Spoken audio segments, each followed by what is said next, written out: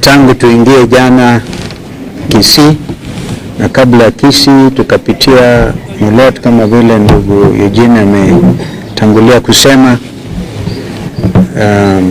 Mulot, Bomet, hata before Bomet Lungisha, after Bomet Kaplong, hata Sotik walikuwa wanataka sana tusimame pale, but we realized time was running out, so we headed to Chepelacha. And jana we had occasion to congratulate the Honorable Fred Matiang'i, our host, for the clear demonstration of leadership and also the leadership bestowed on him by the Abagusi elders, Council of Elders led by Elder Matundura. Na tukaingia basi Keroka na tukaona maajabu Keroka, tukaja vile vile Gusii Stadium. Tumefahamishwa kama tungefika kule saa 8 umati ungekuwa hata zaidi, lakini njia moja ni kwamba wananchi walihisi kwamba wamevurugwa na wahuni ambao wanapatiwa kila blessing na viongozi ambao wanatarajiwa kujua vyema. Kwa hivyo tunawapongeza sana ndugu zetu wa Bagusi, community wa Bagusi hapa nyumbani and abroad. Hata asubuhi nimepigwa na watu kutoka Sweden, wanasema karibuni sana Kisii. Professor Choti na wenzake Baltimore, wider Washington, Kisii walioko Minnesota, wote. In fact, I think there are more Kisiis out of Kisii and Nyamira than actually in the two counties. And they all, the Kisii nation, are feeling part and parcel of the entire Kenyan nation, the heartbeat of the nation.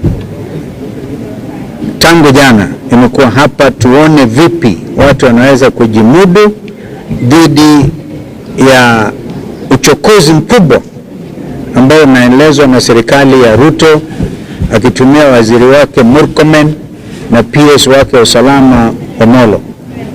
Na kwa hivyo tulieleza Bwana Kanja, mnakumbuka tarehe 30 Januari tulienda kwa ofisi ya inspector mkuu wa polisi Kanja, tukakubaliana turudi tarehe 16.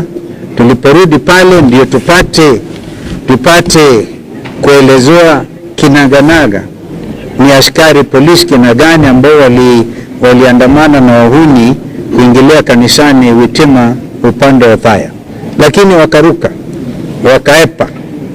Sasa wanajaribu kila njia kuharibu mkutano ya upinzani. I want to say that it is regrettable that we have any loss of life, and I think as Fred has said, one life lost is one too many. We want the security for our people. It is the responsibility of any government in office to ensure peace and security of its citizens.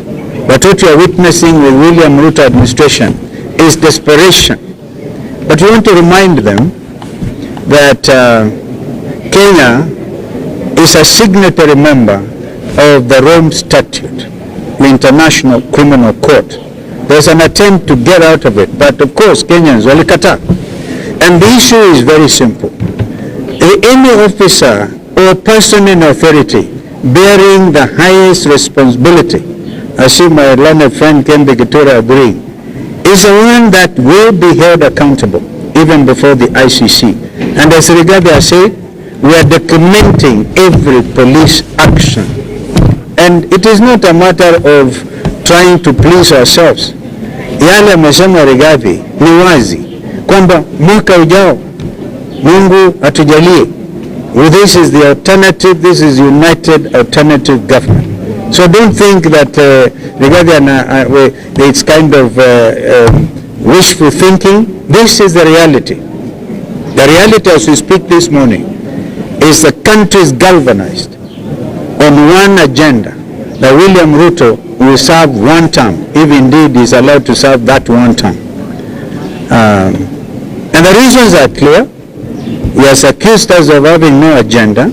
Agenda item number 1 is to return this country to constitutional order, to observance of the rule of law under the supreme law of the land, Constitution 2010, which William Ruto and his officers seem geared towards dismembering. And of course we can. And this is why we proudly stand here in this beautiful Kamal Park Hotel to tell Kenyans that we are on course, that nobody should threaten you, that you do not have a right to assemble peaceably, you do not have a right to picket, you do not have a right to hold public opinion. Indeed, we want to assure you that we are so focused that even on the IEBC itself, we went and met them, and the first action they did was to remove Marjan, I think that's it. Marjan. That was not enough. They replaced Marjan, that's a name, I have some difficulty pronouncing it. I think I remember Atun Margarian. They replaced him very quickly with an officer who is from the lower ranks because they think he will serve their purpose. We are saying that there must be proper advertisement for the next CEO of IEBC so that we will all, Kenyans will know if justice has been served in the appointment, in the recruitment appointment of the next CEO, which should be immediate because elections are next year. So it is not that Sonkuli is going to sit there. We have a lot of information of what Sonkuli did in 2022 wakati wa viparanga vya kompyuta na vitu kama hivi. So that is one point. The other point is today we are going to talk to the country. Abagusi wameongea jana. They have given us our brother Fred Matiang'i tuunde serikali. And of course we are moving forward very strongly with our young people. We will not rest until justice is served on the cases, the 70 plus Kenyans who lost their lives because of the 2024 Gen Z revolt. We will never rest until we see justice being served on the 70 others or thereabouts who suffered a similar fate in 2023 wakati hata baba alikuwa hai. We are nearly killed along with them. Mnakumbuka in 2024 alisema baba kaa nyuma, hii kazi tutamaliza. And today justice has not been served.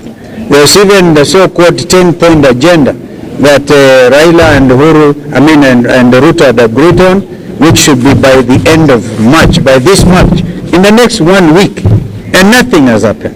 And even if they are to think of compensating the lives of those young people, how about the many business people who suffered great loss in Nairobi Central Business?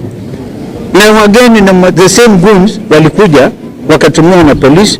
So Kenya National Human Rights Commission, I think, is now properly seized with all of this. As a united alternative government, we are working with every human rights organization to make sure that justice is served. Hayo tutaongea tukienda mbele, na pia tutasema hatutaruhusu Ruto auze kila shirika la umma. Yesterday I was in court myself. We were there with Eugene Wamala when we stopped him when he was trying to sell off JKI and Ketraco. Akaondoa shingo pande.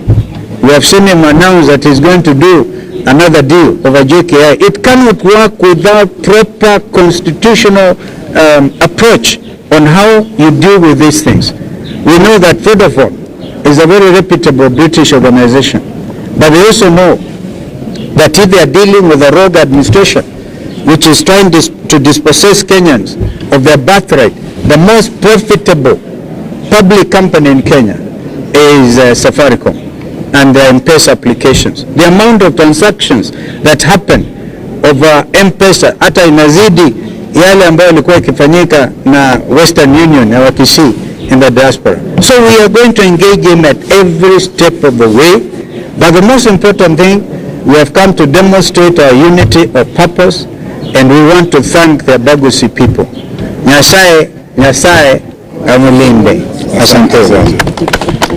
All right. We will take one. Okay, gentlemen.